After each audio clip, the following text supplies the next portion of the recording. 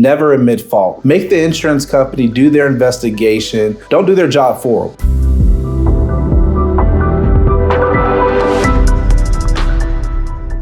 When you're talking to an insurance company, there's a lot of things you want to avoid to say. Number one, never admit fault. Regardless of the circumstances surrounding the collision that you're involved in, never admit fault. Make the insurance company do their investigation, talk to their insured to make sure that they place fault at the appropriate person. Don't do their job for them. So always remember, never admit fault. Number two, never speculate about the facts of what happened. You only know what happened in the collision from your point of view. You don't know other factors that might taken place, because if you're focusing on the road, you don't necessarily know all the facts, the circumstances, what caused the collision. So never speculate on what could have caused the collision or what might have caused the collision. Only talk about what you actually know that occurred. Number three, avoid trying to be very specific about your injuries. Be very general, or even mention that you're unsure of the severity of your injuries until you are able to get the proper medical diagnosis and treatment. Number four, refrain from providing a recorded statement. Unless it's your own personal insurance, never provide a recorded statement to the other party's insurance company without consulting an attorney.